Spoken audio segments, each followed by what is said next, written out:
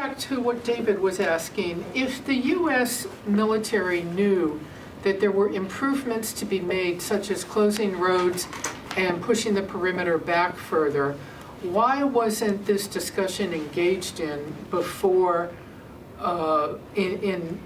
before the attack? Why wasn't the point pressed? Why weren't these improvements asked for by the Taliban? Because you're saying, General McKenzie was very clear, he's asking for this now.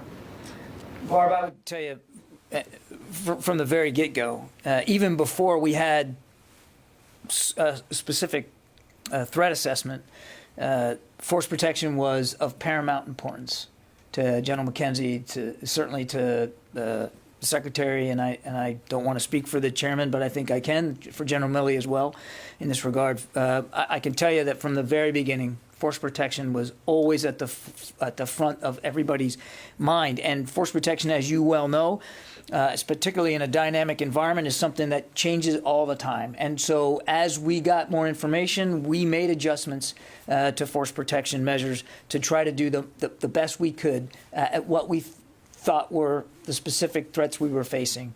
And you heard the general talk yesterday about even Overwatch in the air. I mean, there was a lot of effort being done, which included, as the general said, included daily communication with the Taliban about the nature of the threat and sharing with them the appropriate, relevant information about what we knew. Now clearly, all of that effort, and there was a lot of effort, clearly fell short in some way, because this attack was able to be perpetrated, and we did suffer, as well as our Afghan friends suffered casualties. We're going to do the forensics on this, Barb, and clearly try to figure out what went wrong, because clearly something went wrong.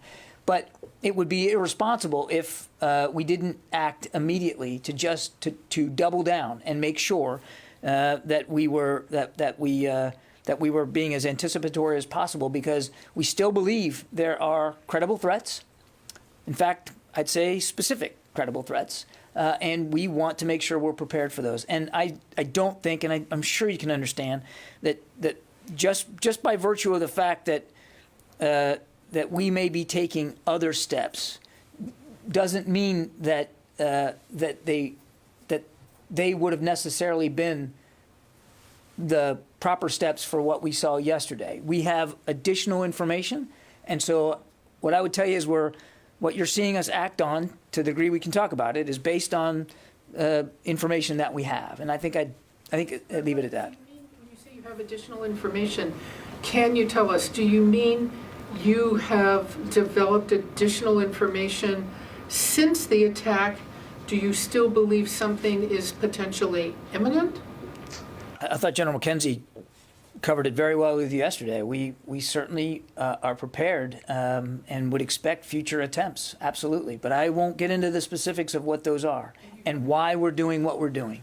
Do you have additional intelligence since the attack?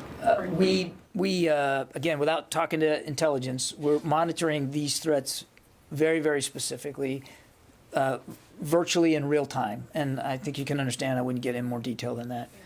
Tara.